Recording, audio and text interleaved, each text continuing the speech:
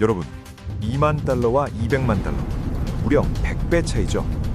이 숫자가 지금 중동에서 벌어지는 전쟁의 잔혹한 경제학을 그대로 보여줍니다.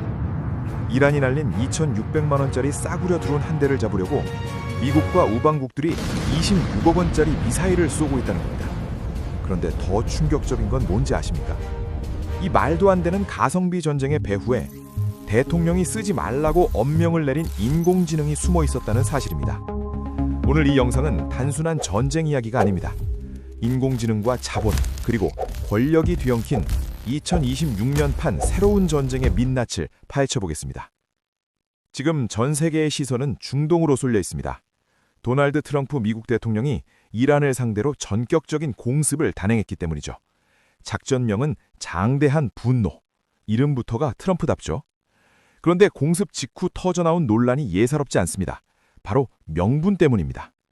백악관은 이번 공격이 미국을 향한 임박한 위협을 막기 위한 자위권 행사였다고 주장합니다. 하지만 정작 무엇이 임박했는지에 대해서는 입을 꾹 닫고 있습니다. 미국 정보당국조차 이란이 본토를 칠 미사일 능력을 갖추려면 한참 멀었다고 보고 있었거든요. 오죽하면 미 외교협회 리처드 하스 전 회장이 이건 필요에 의한 전쟁이 아니라 선택에 의한 전쟁이다 라고 꼬집었겠습니까? 여론도 싸늘합니다. 공습 직후 조사에서 지지한다는 응답은 고작 27%에 그쳤습니다. 반면 반대 의견은 43%에 달했죠.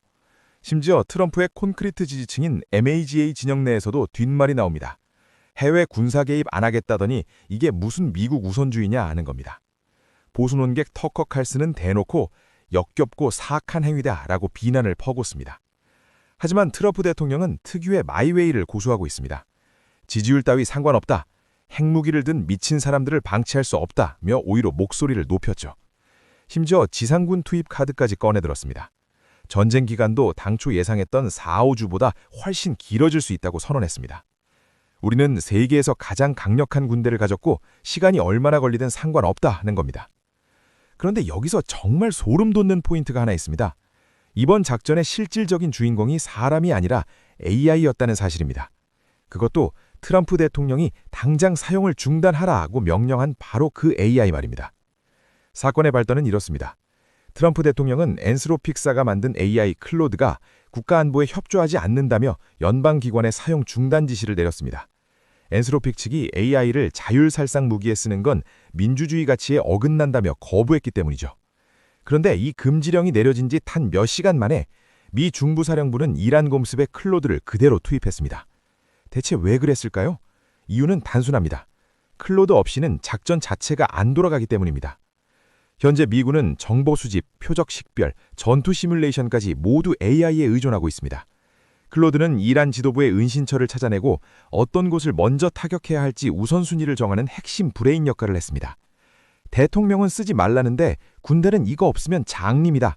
이게 지금 미국 안보의 모순적인 현실인 거죠. 이 틈을 타서 오픈 AI의 샘 올트먼은 국방부와 재빨리 계약을 맺으며 빈자리를 노리고 있습니다. 이란과의 전쟁 이면에 실리콘밸리 AI 패권 전쟁이 동시에 벌어지고 있는 셈입니다.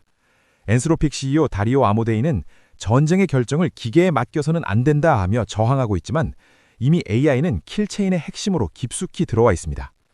문제는 여기서 끝이 아닙니다. 이 전쟁 돈이 너무 많이 듭니다. 앞서 말씀드린 100배의 가격 차이 기억나시죠? 이란은 지금 아주 영악한 전략을 쓰고 있습니다. 수천만 원짜리 구형 미사일과 자폭 드론, 샤헤드를 떼지어 날리는 겁니다. 이걸 막으려면 대당 수십억 원 하는 요격 미사일을 쏘아야 합니다. 지난 1일 아랍에미리트 UAE는 이란의 공격을 92% 확률로 막아냈습니다. 겉보기엔 대승 같죠? 하지만 속을 들여다보면 처참합니다. 2만 달러짜리 드론 한 대 잡으려고 200만 달러를 쓴 겁니다. 카타르 같은 나라는 지금 요격 미사일 재고가 단 4일치밖에 안 남았다는 보고까지 올라왔습니다. 곳간이 비어가고 있는 겁니다. 그런데 말입니다. 이렇게 일촉즉발의 전쟁 상황인데 정작 월가는 웃고 있다는 사실 믿으십니까? 영화 빅쇼트의 실제 주인공이자 독설가로 유명한 스티브 아이스먼의 반응이 압권입니다. 그는 CNBC에 출연해 이번 전쟁 때문에 내 투자 포트폴리오에서 단 한 건의 거래도 바꾸지 않겠다고 선언했습니다. 오히려 장기적으로는 마켓에 긍정적이라고까지 했죠.